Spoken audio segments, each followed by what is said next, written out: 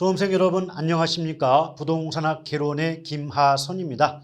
자, 오늘부터 부동산학 개론 관련된 계산 문제를 함께 풀어보도록 하겠습니다. 그런데 우리 계산 문제라고 한다면 숫자도 나오고 또 공식도 나오다 보니까 공식에 암기도 어렵고 또 공식을 외웠다고 한들 막상 문제를 보면 어디에 숫자를 대입해야 될까? 주어진 조건을 어디에 대입하는 게 바람직할 것인가? 굉장히 혼란도 올 수가 있겠고 두렵기도 하지요. 그런데 막상 문제를 풀다 보면 정해진 어떤 공식도 있겠지만 어떤 과정도 패턴도 일정하다는 겁니다. 무슨 말이냐면 매년마다 물어보는데 나올 때마다 숫자만 바뀌어 나오는 거지 패턴은 똑같더라는 거예요. 그러다 보니까 오히려 어떤 관점에서 본다면 한글 문제보다도 계산 문제가 깔끔하고 정확한 답을 구하여서 우리 그 합격에 어떤 유리한 기여를 할 수도 있다는 점을 말씀을 드리고 싶은 거죠. 그래서 계산 문제는 계산 나온다고 무조건 포기하지 마시고 한번 해보자. 나도 한번 이걸 열심히 해보면 어떤 결과 얻을 수 있을까? 좋은 결과 나올 수 있을 거야. 자신감을 가지고 접근하실 필요가 있습니다. 그리고 말이에요. 우리가 계산 문제가 10문제 정도가 출제된다고 할 때 그중에서 4문제에서 5문제 정도는 그냥 공식만 알면 그대로 답을 구할 수 있는 그런 문제가 출제되고 있으니까 너무 크게 좌절하거나 또는 어떤 불안해하지 마시고 용기 갖고 함께 수업에 임해 주시면 좋지 않겠나 생각이 됩니다. 자, 가장 먼저 부동산 경제론 파트 문제인데 첫 번째 균형 가격, 즉 균형의 이동 관련된 문제가 출제되고 있고요. 두 번째 탄력성 상당히 자주 나오고 있죠. 세 번째가 거미지 미론의 유형 관련한 문제가 나오고 있다라고 보시면 되고요. 일단 첫 번째 균형 가격 및 균형 거래량의 변화를 구하는 문제는 최근 10년 동안에 5번 정도, 즉 2년에 1번 정도가 출제되어 왔다라고 보시면 돼요. 또 우리가 이제 균형이라고 한다면 어떤 물건의 수요량과 그 물건의 공급량이 일치하는 상태가 균형이 될 것이고 보통 출제가 되는 부분은 수요 함수와 공급 함수가 주어진 상황에서 그 수요 함수와 공급 함수를 이용하여 균형 가격과 균형량이 어떻게 변동하겠는가 또 함수값을 이용해서 탄력성의 크기가 어떠한 것인가를 물어보는 문제가 새롭게 등장하고 있음을 알 수가 있겠습니다. 자, 1번 문제 볼게요. 다음 조건에서 A적 아파트 시장이 T 시점에서 T 플러스 1 시점으로 변화될 때 균형 가격과 균형 거래량의 변화를 물어보았습니다. 자, 여기서요. 일단 이제 원칙과 요령이 있는데 원칙을 먼저 설명하고 요령에 대해서 간략히 말씀을 드려보도록 하겠습니다.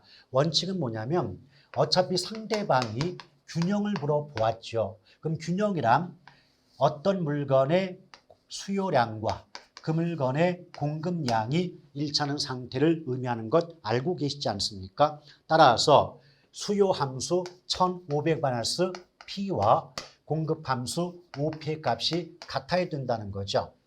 이럴 때 원칙은 계산의 원칙은 같은 것끼리 묶어주는 거죠. P는 P끼리 묶어주고 숫자는 숫자끼리 묶어주면 되는 겁니다. 자, 여기서 자, P가 넘어가죠. P를 넘어가는데 빼기가 넘어가면 더하기가 되고 더하기가 넘어가면 빼기가 되는 것 알고 계시죠?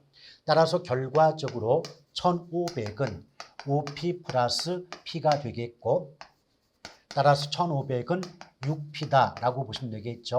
그럼 P가 프라이스 가격이 되지 않겠습니까? 맞죠? 그러면 여기서 6으로 1500을 나눠주면 원래의 균형 가격을 알 수가 있는 거죠. 그러면 6으로 1500 나누면 6이 12. 자, 6이 12에다가 3 나오니까 6, 5, 30이네요. 그러면 최초의 균형 가격은 250임을 알 수가 있어요. 그러면 가격이 구해지면 함수값, 수요 함수가 됐건 공급 함수가 됐건 P가 가격 부분이니까 이 P 부분에 구해진 균형 가격을 대입해 보시면 균형량을 구할 수가 있죠. 자, 1500에서 250을 빼도 1250이라는 양이 나올 수가 있는 거고 또 5에다가 250을 곱해도 5, 20, 5, 25니까 1250이라는 양을 구할 수가 있게 되지 않습니까? 맞죠? 그럼 같은 방법으로 공급 함수는 똑같이 OP인데 수요 함수가 바뀌었단 말이죠. 그럼 수요 함수가 2400-P인데 공급 함수는 똑같이 OP가 돼요. 그럼 같은 것끼리 묶어야 되니까 2400은 결국은 6P가 되고, 그렇죠? 그럼 따라서 6P가 2400이니까 P가 프라이스 가격이죠. 그럼 6으로 2400을 나누면 균형 가격은 400이 되겠습니다. 그럼 균형 가격이 구해지면 아무 함수나 수요 함수건 공급 함수건 아무 함수나 P 값에 가격을 대입해 주면 자 2400에서 400을 빼도 2000 나올 것이고 5 곱하기 400 해도 2000 나오지 않겠습니까? 맞죠? 그러면 균형 가격은 250에서 400으로 150만큼 올라갈 것이고 균형 양은 1250에서 2000으로 750만큼 증가한다고 볼 수가 있겠죠. 따라서 이 문제의 정답은 가격은 150 상승, 균형 양은 750 증가, 2번이 답이 된다라고 볼 수가 있겠습니다. 이렇게 구하는 건 원칙이고요. 요령이 뭐냐면 요령은 자, 숫자는 빼고 P는 더하라. 이게 요령에 해당이 됩니다. 자, 숫자는 빼주고 P는 더하라. 그럼 여기도 보여요.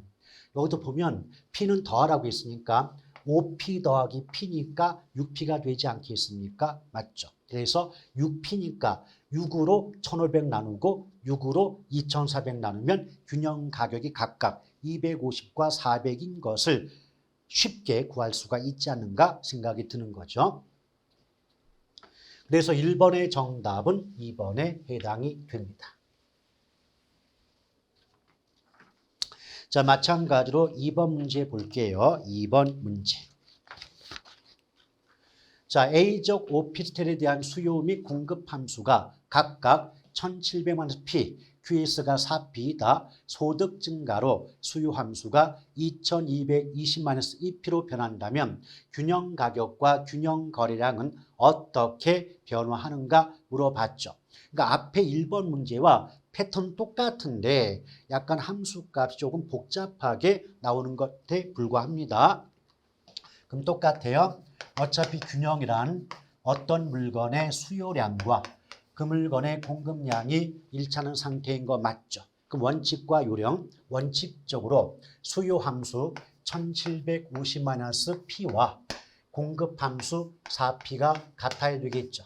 오케이? 그러면 원칙은 같은 것끼리 묶어요. 같은 것끼리 묶어주는데 빼기가 넘어가면 더하기가 된다. 따라서 1750은 4P 더하기 P가 되고 그럼 1750은 5P가 되죠. 그럼 P가 프라이스 가격이 되니까 5로 1750을 나눠주면 균형 가격을 구할 수가 있죠. 그럼 5, 35, 5, 25니까 원래 균형 가격은 350임을 알 수가 있죠. 그럼 가격만 구해진다면 양은 간단하다 그랬어요. 수요 함수건 공급 함수건 아무 함수값 P에 균형 가격을 대입만 하시면 균형 양을 구할 수가 있지 않겠습니까? 맞죠? 그럼 이제 균형 가격이 350이니까 1750에서 350을 빼주면 1400이 나와요. 근데 원칙적으로는 원래 실전이라면 아무데나 한쪽만 구하시면 돼요. 양쪽 모두를 보실 필요가 없는 거죠. 근데 지금은 연습 삼아서 하나 더 해볼게요. 그럼 4에다가 350을 곱해준다면 4, 32, 4, 5, 20이니까 똑같이 1400의 값이 나옴을 알 수가 있지 않습니까? 맞죠? 네, 그랬는데 수요 함수가 바뀌었대요. 어떻게? 2220-2P로 바뀌었대요. 그럼 여전히 공급 함수는 4P로 똑같지 않습니까? 그러면 P는 P끼리 묶어주는데 빼기가 넘어가면 더하기가 되니까 결과적으로 2220은 4P 더하기 2P가 되겠죠. 그러면 2220은 6P가 돼요. 그럼 6으로 2220을 나누게 되면 이거는 어떻게 돼요? 6, 3, 18 해갖고 67에 42에서 370이 나와요. 어차피 제가 공식을 알려드리면 여러분은 계산기 가지고 나눠만 주시면 되니까 어렵지 않게 풀어내실 수 있어요. 그럼 가격이 370이 나왔다라고 한다면 역시 아무데나 함수값 P가 가격이니까 여기에 구해진 가격을 대입하시면 돼요. 그럼 볼게요. 2 곱하기 370은 740이죠. 그럼 2220에서 740을 빼주면 1480이 나오게 됩니다.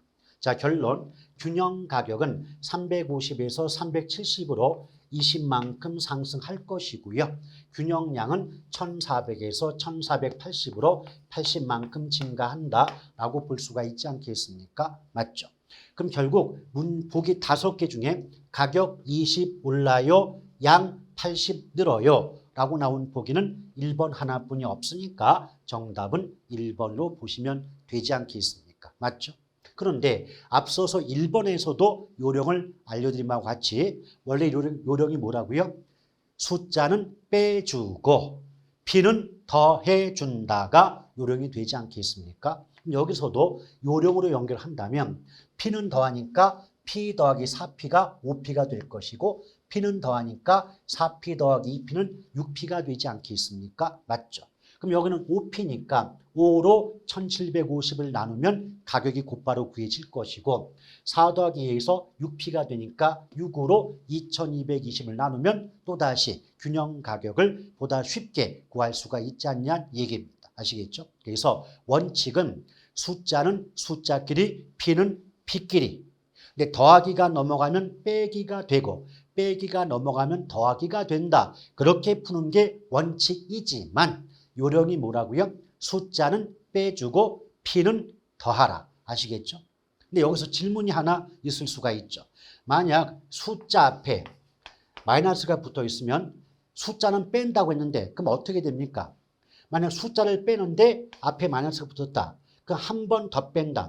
빼는데 한 번 더 빼면 플러스가 되는 거죠. 아시겠죠? 다시 한번 숫자는 빼는 게 요령인데 숫자 앞에 마이너스가 붙으면 마이너스를 다시 한번 빼주면 더하기가 된다라는 식으로 기억을 하고 계신다면 값을 구하는 데 도움이 되지 않을까 생각이 됩니다.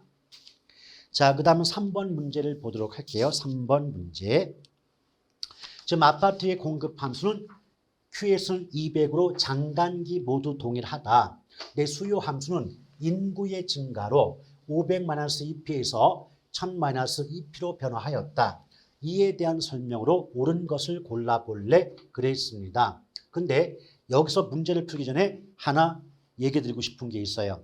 QS가 공급량이죠. 자, 공급량은 200으로 장단기가 모두 동일하다 그랬어요. 맞죠? 그럼 여러분 균형량이 뭐예요? 수요량과 공급량이 같은 상태가 균형이잖아요. 맞죠? 근데 따라서 공급량이 장기건 단기건 공급량이 200이다. 이 말은 당연히 수요량도 200이라는 의미를 담고 있는 거죠. 왜? 수요량도 200이 되고 공급량도 200이 되어야만 양쪽이 같아지고 그랬을 때 비로소 균형이란 말을 쓸 수가 있는 거니까. 아시겠죠? 그렇기 때문에 이미 양이 주어진 상태에서 가격의 변화만 물어보는 문제가 되는 거예요. 따라서 보기 5개 중에서 일단 양은 변함이 없다라는 문장이 나와야 옳은 보기가 되고 있다는 겁니다. 그럼 1번부터 5번 중에서 양의 변화가 없다는 말은 1번과 2번으로 압축해 볼 수가 있는 거죠. 따라서 우리는 함수값을 이용해서 가격의 변동만 구하시면 답을 구하는데 의미 없지 않을까 생각이 듭니다. 다시 한번 잘 생각해 봐요. 균형의 뜻이 뭐라고요? 수요량과 공급량이 일치하는 상태가 균형인 거 맞죠? 근데 분명히 QS는 공급량이에요. 근데 공급량이 200이라고 주어져 있다면 계산할 필요 없이 수요량도 200일 수밖에 없는 거죠. 그래야만 균형이 되는 거니까. 아시겠죠? 따라서 양의 변화는 없고 단순히 가격의 변화만을 물어보는 문제라고 보시면 되는 겁니다. 그럼 똑같아요. 어차피 균형이 돼야 되니까 수요 함수 500-2P의 값과 공급함수 200이 같아야 되겠죠. 근데 제가 앞에서 뭐라 그랬어요? 원칙과 요령. 원칙은 같은 것끼리 묶는다. 근데 숫자는 숫자끼리 묶어주겠죠? 맞죠? 그러면 500에서 200이 넘어가면 더하기가 넘어가니까 빼기가 되지 않습니까? 그렇죠? 500에서 200을 빼면 2P가 되는 거죠. 왜? 위치를 서로 바꿔야 되니까. 그럼 결과적으로 300은 2P예요. 그럼 P가 프라이스 가격이니까 2로 300 나누시면 원래 균형 가격이 150이었음을 알 수가 있는 겁니다. 맞죠? 근데 이랬던 그녀가 즉 수요 함수가 1000-2P로 바뀌었다는 거예요. 그럼 1000-2P가 바뀐 수요 함수인데 공급 함수는 똑같이 200이니까 구하는 과정 동일하죠. 같은 것끼리 묶어라. 근데 더하기가 넘어가면 빼기가 되니까 1000 빼기 200은 2P가 되는 거죠. 그럼 800은 2P.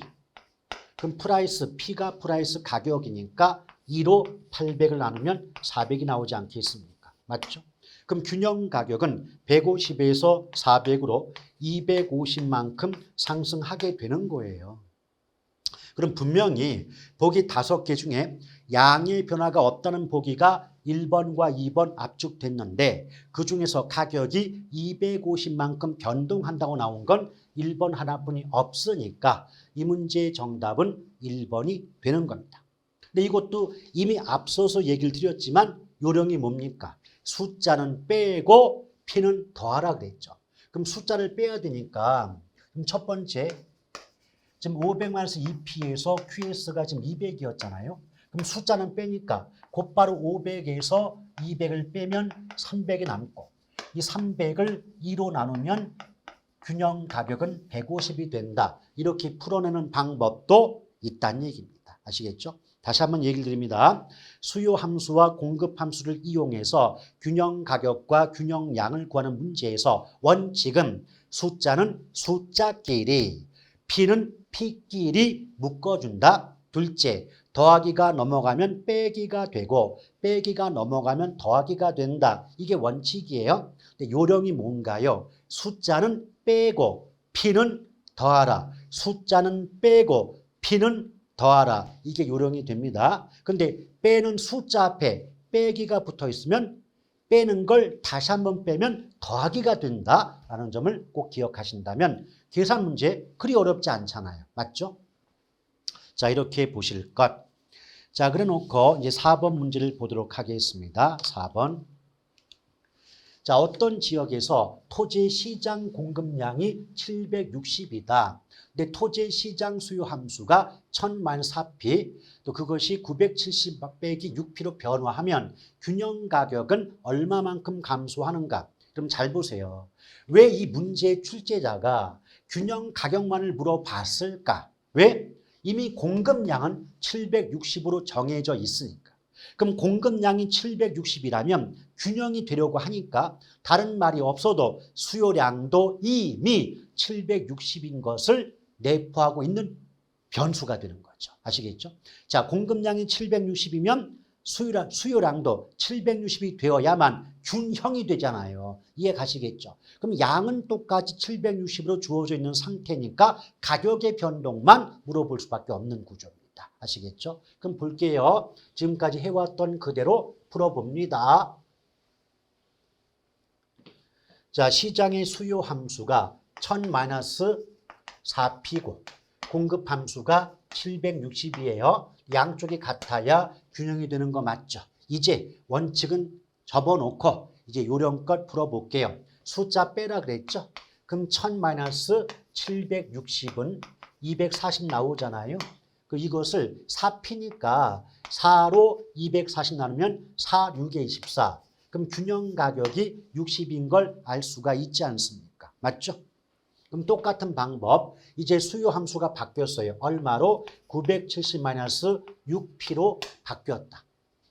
근데 공급 함수는 똑같이 760이니까 숫자는 어떻게 하라고요? 빼라고요. 그럼 결국 970에서 760을 빼주면 이거 얼마 남습니까? 210인가요? 210? 예. 210이 남겠죠. 그럼 210을 6으로 나눠주면 되는 거 아니겠습니까? 맞죠? 자, 그럼 210을 6으로 나누면 얼마의 값이 나오게 됩니까? 예, 35의 값이 나오게 되겠죠. 6, 3, 18, 6, 5, 30이니까요. 그러면 원래 균형 가격은 60이었는데 새롭게 변화된 균형 가격은 35니까 60에서 30으로 25만큼 내려간다. 이것이 답일 수가 있겠죠. 그럼 25가 내려가니까 정답은 1번에 해당이 된다라고 보시면 돼요. 그럼 여기까지 보셨을 때 계산 자체가 그렇게까지 어렵다는 느낌은 안 들죠? 맞아요. 근데 여러분 지금 느낄 때 설마 이렇게 쉽게 나옵니까? 네, 이렇게 나옵니다. 이 문제 패턴은요, 기출문제와 패턴은 똑같고 숫자만 바꿔놓은 거예요. 오케이? 그러다 보니까 이걸 좀 여러분 쉽게 풀어낼 수 있다. 아니면 나 조금 공부하다 보면 이거 풀어낼 수 있겠다. 자신감 있네, 생기네, 용기 뿜뿜. 이런 분들은 실전에 가서도 계산 문제를 자력으로 풀 수 있다는 능력을 가질 수가 있게 되는 겁니다. 힘내세요. 자, 5번 문제 볼게요. A적 아파트의 시장 공급 함수가 4P고 시장 수요 함수가 2,450만 3P에서 3,850만 3P로 변화하였다. 이때 A적 아파트 시장의 균형 가격의 변화는 그랬습니다. 어차피 상대방이 물어볼 때 출제자가 가격의 변화만 물어봤거든요. 그럼 푸는 입장에서도 가격 변화만 풀어보면 되지. 굳이 가격을 함수에 대입해서 양까지 물어볼 필요는 없는 겁니다. 아시겠죠? 가격만 놓고 볼게요. 어차피 얘도 균형입니다. 균형 나왔죠? 균형? 그러면 어차피 수요량과 공급량이 일치하는 상태가 균형? 그럼 최초의 수요 함수는 2,450만 원스 3P고 공급 함수는 4P다. 그럼 원칙 접어놓자 그랬죠? 요령이 뭐예요? P는 더하고 숫자는 빼라고 하지 않습니까? 맞죠? 그럼 P는 더해야 되니까 2,450은 4P 더하기 3P가 되니까 7P네요. 맞죠? 그럼 P, 프라이스 가격이니까 7로 2,450을 나눠주신다면 어렵지 않게 값을 구할 수가 있죠. 그럼 7, 3에 21, 350이니까 7, 5, 35. 그렇죠? 그럼 350이에요. 그럼 최초의 균형 가격은 350이었다라고 볼 수가 있겠죠. 그럼 같은 방법으로 이제 수요 함수가 바뀌었대요. 3,850만 원스 3P는 역시 공급 함수는 변동이 없으니까 4P인데 숫자는 빼고 P는 더하라 그랬죠. 맞죠? 그럼 P는 더해야 돼요. P를 더해야 되니까 결국은 3,850은 4P 더하기 3P. 그럼 합하면 7P네요. 맞죠? 그럼 7로 3,850을 나누면 얼마가 됩니까? 자, 7, 5, 35죠? 그 다음에 35니까 또 35가 남죠? 그럼 7, 5, 35, 550이 되네요. 이건 요 공식대로 여러분 계산기 눌러보시면 차근차근 눌러보세요. 그럼 값이 나와요. 그럼 원래 균형 가격은 350이었는데 변동한 균형 가격은 550이니까 가격은 350에서 550으로 200만큼 상승함을 알 수가 있지요. 그래서 5번의 정답은 4번이라고 보시면 되겠습니다.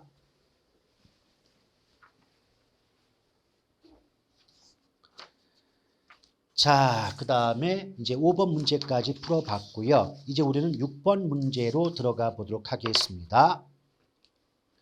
지금 A적 아파트 시장에서 수요 함수가 일정해요. 근데 공급 함수는 다음 조건과 같이 변했다. 이 경우 균형 가격과 공급 곡선의 기울기는 어떻게 변화하였는가라고 물어봤습니다. 그럼 여기서 어차피 물어보는 게 균형 가격의 변화를 먼저 물어봤으니까 굳이 양의 변화는 풀어볼 이유가 없는 거 맞죠? 자, 똑같습니다.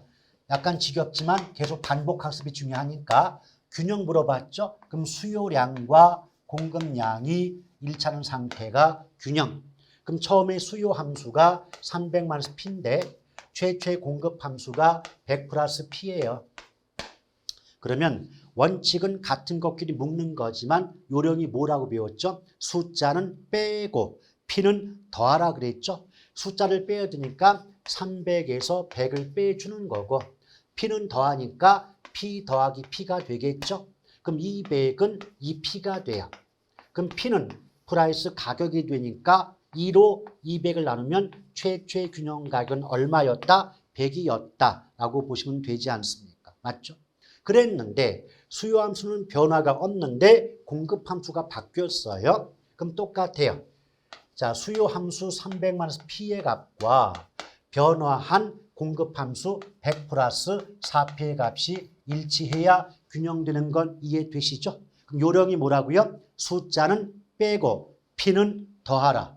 숫자 빼야 되니까 300에서 100을 빼주고 P는 더하니까 4P에다가 P를 더해주면 결국 200은 5P가 되죠. 그럼 P가 프라이스 가격이니까 5로 200을 나누면 5, 4, 20, 40이 나오겠지 않습니까? 그럼 원래 균형 가격이 100이었는데 40이 됐어요. 그럼 가격은 100에서 40으로 60만큼 하락한다라고 말할 수 있겠죠.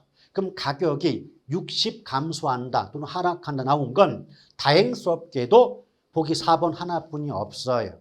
그러니까 만약에 곡선의 기울기 값이 어떻게 구했는지 모른다 할지라도 값을 구하는 데는 어려움이 없었죠. 그런데 니은번 두 번째 물어본 게 곡선의 기울기잖아요. 맞죠? 그럼 제가 어떻게 말씀드렸냐면 수요 곡선이건 공급 곡선이건 막론하고 곡선의 기울기 값은 P분의 Q예요. P분의 Q로 값을 구한다. P분의 Q. 그렇죠? 그래서 제가 이제 해설 보면 뭐 가격 계수로 뭐 공급 계수를 나눈다 이렇게 써놨지만 그거 백날 읽어봤자 무슨 말인지 잘 이해하지 못합니다. 그러니까 어떻게 기억한다? 곡선의 기울기는 P분의 Q로 구한다. 자, 해볼게요, 여러분. 첫 번째 공급 함수가 QS는 100 플러스 P였거든요. 그럼 가운데 숫자는 필요가 없어요. 어차피 P분의 Q니까 지금 P분의 Q인데 이 함수 값에는 Q나 P 앞에 숫자가 없죠. Q 앞에도 숫자가 없고 P 앞에도 숫자가 없죠. 숫자가 없으면 1인 거예요. 1. 결국 1P분의 1Q니까 얘는 곡선의 기울기, 공급 곡선의 기울기가 1이다 라고 보시면 돼요. 근데 그랬던 그녀가 공급 함수가 바뀌었어요. 얼마로? 100 플러스 4P로. 그럼 100 플러스 4P로 바뀌었죠. 그럼 역시 곡선의 기울기는 P분의 Q예요. 근데 Q 앞에는 숫자가 없으니까 1이고 P 앞에 숫자가 있으니까 4죠. 그럼 4분의 1이에요. 그럼 생각해봐요. 원래 곡선의 기울기가 1이었는데 4분의 1로 줄었다면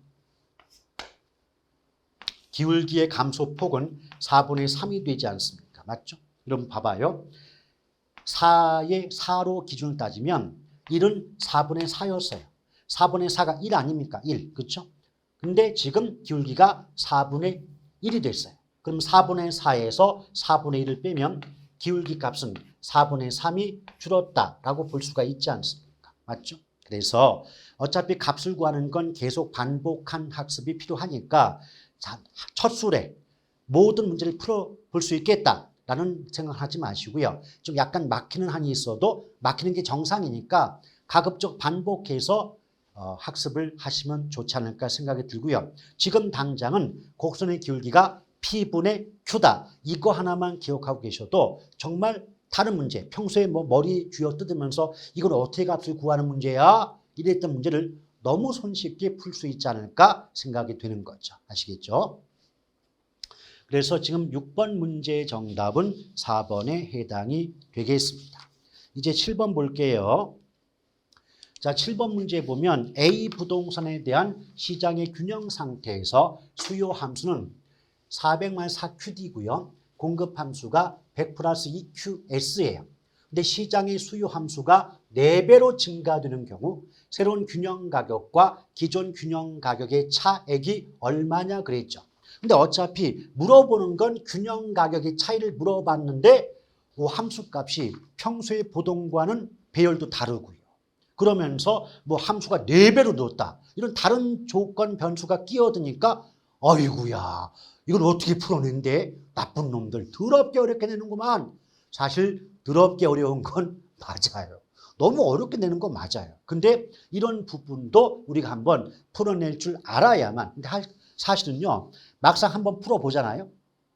그렇게 어렵지 않아요. 익숙만 해지면.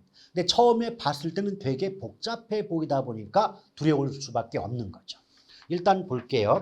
어차피 물어보는 게 균형 가격의 차이 물어봤으니까, 자, 수요량과 공급량이 일차전 상태가 균형인 거 맞죠? 그럼 원칙적으로 수요함수 P는 400-4QD와 공급함수 P는 100 플러스 EQS의 값이 같아야 된다는 겁니다. 그런데 이 함수의 배열 자체가 우리가 일반적으로 익숙했던 배열이 아니에요. 그러면 이것을 양을 기준으로 함수를 다시 배열해 보도록 하겠습니다. 그럼 양을 기준으로 본다면 4QD는 400-P라고 변환시킬 수가 있겠죠. 마찬가지로 지금 양을 중심으로 한다면 EQS는 P-100으로 전환할 수가 있겠습니다. 아시겠죠?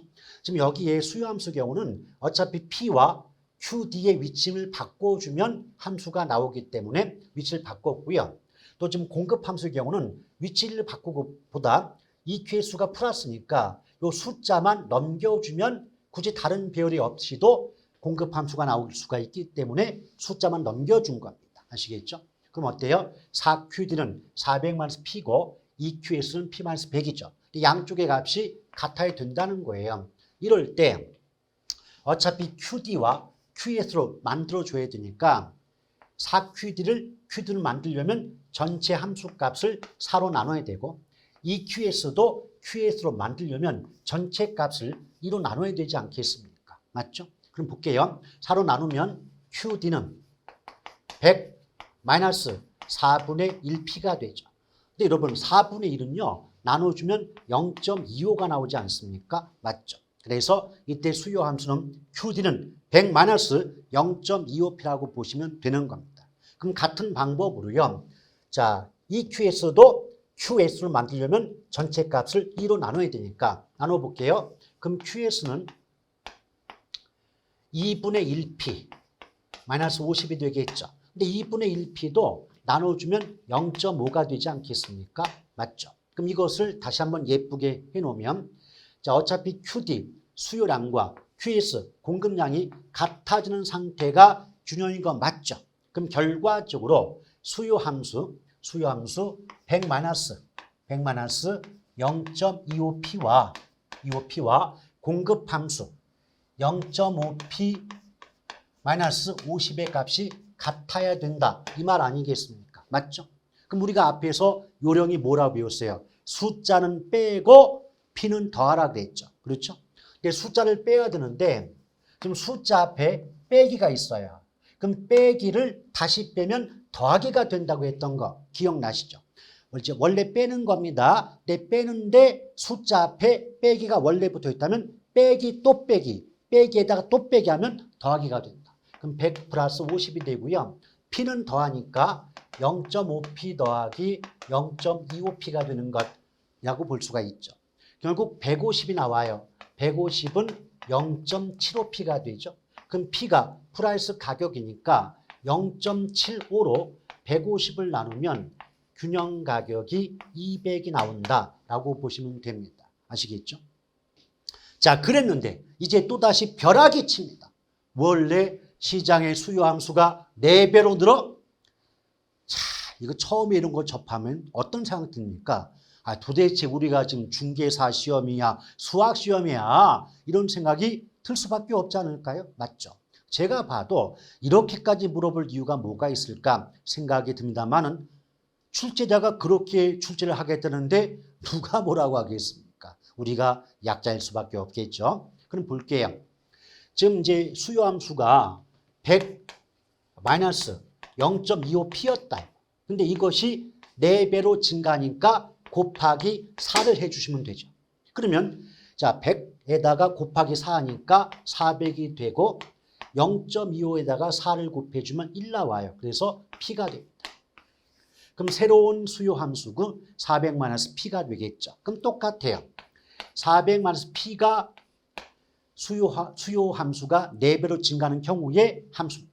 그럼 이 값과 공급 함수 0.5p-50의 값이 같아야 균형되는 거 맞죠? 그럼 숫자는 빼고 p는 더하는데 숫자 앞에 빼기가 있다면 2번을 빼니까 더하기가 되겠죠. 그럼 결국 400 더하기 50은 0.5p 더하기 1p니까 1.5p가 되는 거죠. 그럼 450은 1.5p가 돼요. 그럼 p가 프라이스 가격이니까 1.5로 450을 나누면 300이 나온다라고 보시면 돼요. 따라서 최초의 균형 가격은 200이었는데 시장 수요 함수가 4배로 증가한 이후의 균형 가격은 300이 되니까 균형 가격은 200에서 300으로 100이 상승한다라고 볼 수가 있겠죠. 그래서 차액은 100만 원, 3번이 답이 된다라고 보시면 되겠습니다. 차액은 100만 원이죠. 자, 그런 다음에 이제 8번 문제를 보도록 할게요. 8번 문제. 자, 연립주택의 수요 함수가 3,200만 4피고 공급 함수가 2,500 플러스 3피다. 이때 정부가 아파트 임대료를 제곱미터당 105만 원 규제했다. 이 규제 하에서 시장의 초과 수요 또는 초과 공급 상황과 수량이 얼마냐고 물어봤는데 이 문제의 포인트는요. 임대료, 즉 가격을 규제했다는 거예요. 여러분, 우리 왜 정책론 배울 때 임대료 규제, 분양가 규제 이런 말 들어본 기억은 나시지 않습니까? 맞죠? 그런데 임대료가 됐건 분양가가 됐건 가격을 규제한다는 건 어차피 소비자 보호가 목적이다 보니까 원래 시장의 균형 가격보다 낮은 수준으로 통제하는 거예요. 오케이? 따라서 임대료 규제가 나왔다면 원래 가격보다 낮은 수 통제를 해야 되기 때문에 절대로 나올 수 없는 말은 초과 공급이란 말이에요. 왜? 가격을 다운시켰는데 공급이 증가할 이유가 없지 않겠습니까? 맞죠? 그래서 함수값을 이용해서 어떤 값을 구하기 전에 절대로 임대료가 규제된다. 이런 말 나올 때는 어떤 말 붙으면 무조건 틀린다. 초과 공급이란 말은 무조건 틀릴 수밖에 없다. 따라서 지금 보기 5개 중에 초과 공급 나온 3, 4, 5번은 처음부터 답일 수가 없어요. 두 번째, 보기 속에 변화가 없다. 이런 보기가 있으면 긴장하셔야 돼요. 변화가 없다라고 하는 것은 원래의 균형 가격보다 높은 가격으로 통제가 되면 시장에는 영향을 주지 않기 때문에 변화가 없다고 얘기를 하거든요. 그러면 저 말이 맞는가 틀린가를 보려면 지금까지 풀어왔던 방식대로 함수값 이용해서 원래의 균형 가격을 구해볼 수 있어야 됩니다. 자, 원래 균형 가격 구해볼게요. 그럼 균형이란 수요량과 공급량이 일치해야 되니까 수요 함수 3,200-4p의 값과 공급 함수 2,500 플러스 3p의 값이 일치해야 되는 거죠. 그러면 숫자는 빼고 p는 더하라. 그럼 숫자는 빼야 되니까 3,200 빼기 2,500이 나와야 되고 p는 더하니까 3p 더하기 4p가 나올 수밖에 없겠죠. 근데 이럴 때 숫자 값 구할 때도 굳이 뭐 0 2개가 있으면 어차피 0 2개 빼주면 32 빼기 25가 되는 거 아닙니까? 그렇죠? 근데 7인데 굳이 값을 구한다면 700이 되겠죠. 그럼 700은 3 더하기 4니까 7p죠. 그럼 p가 프라이스 가격이 되니까 7로 700을 나누면 100이 나와요. 따라서 함수값을 이용해서 원래의 균형 임대료를 구해봤더니 100이에요. 근데 규제 임대료는 105예요.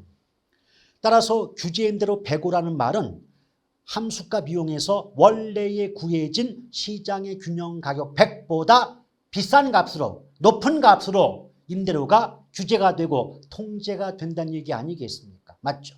여러분, 분명 임대료 규제는 소비자를 보호할 목적으로 시장의 균형 임대료보다 낮은 수준으로 임대료를 통제할 때 정책의 효과가 있는 것이고 만약 시장의 균형 임대료보다 높은 수준으로 임대료를 규제, 통제하게 되면 시장에는 아무런 영향을 주지 못한다라고 배웠던 기억이 있으시지 않습니까? 맞죠? 그래서 아무런 변화가 없다는 2번이 정답이 됩니다. 자, 이렇게 문제를 풀어내시면 되는 거예요. 자, 그렇게 보실 것. 이제 9번 문제 들어가 볼까요? 9번 문제. 자, 9번 있나요? 아, 탄력성이군요. 탄력성 부분이라 많은 분들이 고개를 절레절레 흔드는 모습이 안 봐도 비디오 느껴지는 거죠. 그런데 여러분, 오히려 지금 균형 같은 경우도 생각했던 것보다 그리 어렵지 않았지 않습니까? 마찬가지로 탄력성도 구한 구조, 패턴 이런 것들만 조금만 익혀놓으신다면 생각했던 것보다 그리 어렵지 않아요, 여러분. 풀어내실 수 있어요. 겁먹지 마시고 용기 한번 가져보시길 바랍니다. 근데 여러분도 알고 계시겠지만 이 탄력성의 뜻이 뭐예요? 탄력성은 어떤 자극이 주어졌을 때 그 자극에 대한 반응의 정도를 묶어서 탄력성이란 말을 써요. 그런데 그 자극이 만약 가격의 변화가 자극이라면 가격 탄력성이 되는 것이고 소득의 변화가 자극 또는 원인이라면 소득 탄력성이 되는 것이고 다른 물건의 가격의 변화가 원인이 된다면 교차 탄력성이 답이 된다라고 볼 수가 있겠습니다. 자, 그랬을 때 우리가 하나씩 한번 풀어보도록 할게요, 여러분. 일단 A 도시의 아파트 가격이 15% 올라갈 때 아파트의 수요량이 37.5%가 감소한다 그랬어요. 이때 아파트 수요의 가격 탄력성이 얼마인가 그랬는데 어차피 모든 계산 문제는 마지막에 물어보는 게 무엇인가를 보시고 그 값을 구하는 공식부터 써놓고 문제를 풀어내는 게 요령이죠. 일단 이 문제가 원했던 건 수요의 가격 탄력성이에요. 그럼 여러분 이미 뭐 가격 탄력성, 소득 탄력성, 교차 탄력성 뜻을 알고 계시겠지만 다시 한번 가볍게 정리를 해본다면 지금 수요의 가격 탄력성이라고 할 때 탄력성 바로 앞에 나온 제목이 원인 부분이고요. 맨 앞에 나온 제목이 결과에 해당이 됩니다. 따라서 수요의 가격 탄력성을 문장으로 만들면 가격 변화율에 대한 가격 변화율에 대한 수요량의 변화율을 측정하는 지표를 우리는 수요의 가격 탄력성 이렇게 얘기하고 있다는 겁니다. 아시겠죠? 근데 여기서 보시게 되면 뭐뭐에 대한이 나와 있죠. 그럼 어떤 문장을 막론하고 그러니까 탄력성뿐만 아니라 어떤 문장일지라도 뭐뭐에 대한 이 말이 붙으면 대안의 앞이 분모가 되고 대안의 뒤가 분자가 돼요. 그래서 자동적으로 수요의 가격 탄력성 구하는 공식은 가격 변화율분의 수요량의 변화율로 그 공식을 알 수가 있는 거예요. 그래서 말뜻을 정확히 알고 계신다면 그 말뜻 자체가 공식이 된다. 별도의 공식의 암기가 필요가 없다는 얘기입니다. 아시겠죠? 그런데 지금 이 문제는 아주 간단한 문제인 게 뭐냐면 퍼센트 가격 변화율과 수요량의 변화율 값이 모두 주어져 있다는 겁니다. 여기 보시면 가격이 얼마죠? 가격이 15%예요. 근데 값을 구할 때 퍼센트는 필요가 없어요. 숫자만 대입하시면 돼요. 가격이 15가 바뀔 때 양이 37.5가 바뀌었다는 얘기 아닙니까? 맞죠? 그럼 딱 봐도 2는 넘어가고 탄력성 값이 2는 넘어가고 2배가 넘었으니까 3은 안 돼요. 3배까지는 안 되겠죠. 그러면 2는 넘어가는데 3은 안 된다. 그럼 보기 속에서 2.5밖에 더 있겠어요? 여러분들 지금 계산기 갖고 계시죠? 그러면 다른 생각하지 마시고 퍼센트 이런 거 신경 쓰지 마시고 계산기 있잖아요. 그럼 제가 부르는 대로 한번 눌러보실래요? 자, 준비되셨습니까? 자, 되셨죠? 37.5 나누기 15 해보세요. 37.5 나누기 15 하시면 2.5가 나오게 되지 않나요? 맞죠? 그래서 이 문제의 정답은 1번이다 라고 보시면 됩니다. 자, 1번이 답이 되는 거죠. 자, 그 다음에 2번 문제를 볼게요. 2번. 자, 최근 부동산 시장에서 소형 아파트의 임대료가 20% 오름에 따라 소형 아파트의 임대 수요는 10% 감소한 반면 오피스텔의 임대 수요는 8% 증가하였다. 가로 안에 들어갈 내용으로 옳은 것 그리겠습니다. 옳은 것. 네, 여러분. 저 같으면요. 물론 이제 원칙은 순서대로 풀어보는 게 원칙이고 또 요령도 있죠. 그럼 원칙대로 한번 풀어볼게요. 원칙. 원칙이란 말은 순서대로 풀어요. 순서대로. 지금 아파트 수요의 가격 탄력성 얼마냐 물어봤어요. 그럼 조금 아까 보신 것처럼 수요의 가격 탄력성은 가격 변화율 분의 수요량의 변화율이죠. 근데 물어본 게 소형 아파트예요. 그럼 주어진 조건에서 임대료가 곧 가격이니까 소형 아파트의 가격은 20%가 상승한다 그랬어요. 그랬더니 소형 아파트의 수요가 10% 감소한다고 나와 있죠. 그럼 제가 계속 강조해 드리고 있죠. 무엇을? 계산해서 퍼센트 나오면 신경 쓰지 말자. 특히나 탄력성 계산은요. 퍼센트도 필요 없지만 가격의 상승 하락, 양의 증가 감소도 값을 구할 때는 신경 쓰실 필요 없어요. 왜? 가격 탄력성은 무조건 절대값을 구하기 때문에 가격의 상승 하락, 양의 증가 감소는 신경 쓰지 마시고 숫자만 보시면 됩니다. 숫자만. 지금 가격이 20이고 양이 10이죠. 그럼 0 하나 빼주면 2분의 1이잖아요. 그럼 절반이니까 수요 탄력성은 0.5예요. 근데 여러분 아시겠지만 가격 탄력성은 기준값이 1이지 않습니까? 1. 자, 가격 탄력성은 기준값이 1이에요. 1. 그럼 0.5는 1보다 작죠. 그럼 탄력성, 가격 탄력성 값이 1보다 작으면 탄력이에요, 비탄력이에요? 비탄력인 걸 알 수가 있죠. 그럼 보기 5개 중에 비탄력 나온 2번과 5번이 답으로 압축이 된다라고 볼 수가 있지 않겠습니까? 맞죠? 그런데 여기서 잠깐 이렇게 직접 주어진 변수를 공식에 대입해서 값을 구하고 그 값을 바탕으로 탄력적인가 비탄력적인가를 구하는 게 원칙이겠지만 요령을 알려드리죠. 만약 저한테 이 문제를 풀어내라 하면 저는 공식 필요 없습니다. 무엇만 볼 것이다. 제가 계속 강조드리죠. 어차피 가격 탄력성은요. 2가지만 비교하면 돼요. 가격 변화와 수요량의 변화. 가격 변화와 양 변화 2가지만 비교하면 끝나는 게 가격 탄력성이에요. 근데 이 문제에서 주어진 조건을 보면 가격은 20이 바뀌고 20% 수요는 10이 바뀌잖아요.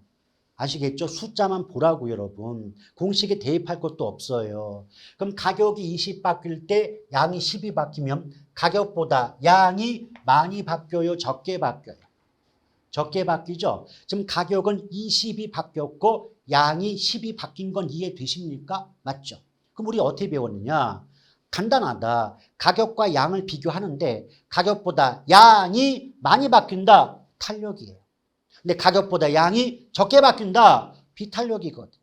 그러면 딱 보아도 가격이 20 바뀔 때 양이 10 바뀌니까 가격보다 양이 적게 바뀌었네. 그럼 비탄력이네. 그게 바로 나오게 된다는 거죠. 굳이 공식에 대입해서 값을 구하지 않는다 할지라도. 아시겠죠? 그게 탄력성의 구조 원리예요, 여러분. 그래 놓고 아파트와 오피스텔의 관계, 여러분. 이 지금 아파트와 오피스텔 물건 2개 나왔죠. 요령이 뭐예요? 어떤 물건이 됐든 간에 물건이 2개가 나와 있으면 그거 정답은 대체제 아니면 보완제 둘 중에 하나가 된단 말이에요. 맞죠? 그래서 첫 번째 요령. 물건이 2개가 있다. 2개 있다. 그러면 대체제 아니면 보완제 둘 중에 하나가 답이 되겠죠. 그런데 우리 어떻게 배웠죠? 대체제는 대가수비다. 무슨 말이냐? 대체제는 가격과 수요가 비례 같은 방향으로 바뀌고 보완제는 보가수반. 자, 보완제는 가격과 수요가 반대 방향으로 바뀌기 때문에 보완제 해서 대가수비, 보가수반 그랬잖냐고요. 오케이? 여러분 생각해봐요. 그러면 지금 아파트의 가격이 올랐죠. 맞죠? 그랬더니 오피스텔 수요가 늘었죠. 그러면 자, 아파트, 오피스텔 물건 두 개 나왔는데 한쪽 물건의 가격과 다른 쪽 물건의 수요가 같은 방향인 거죠. 그럼 가격과 수요가 같은 방향이면 이 말 자체가 대체제입니까? 보완제입니까? 대체제인 거죠. 그럼 2번, 5번 중에서 니은번이 대체제 나온 건 5번뿐이 없으니까 이 문제의 정답은 5번임을 알 수가 있는 겁니다. 아시겠죠? 자, 지금 2번까지 풀어봤고요. 다음 문제부터는 다음 시간으로 이어가도록 하겠습니다.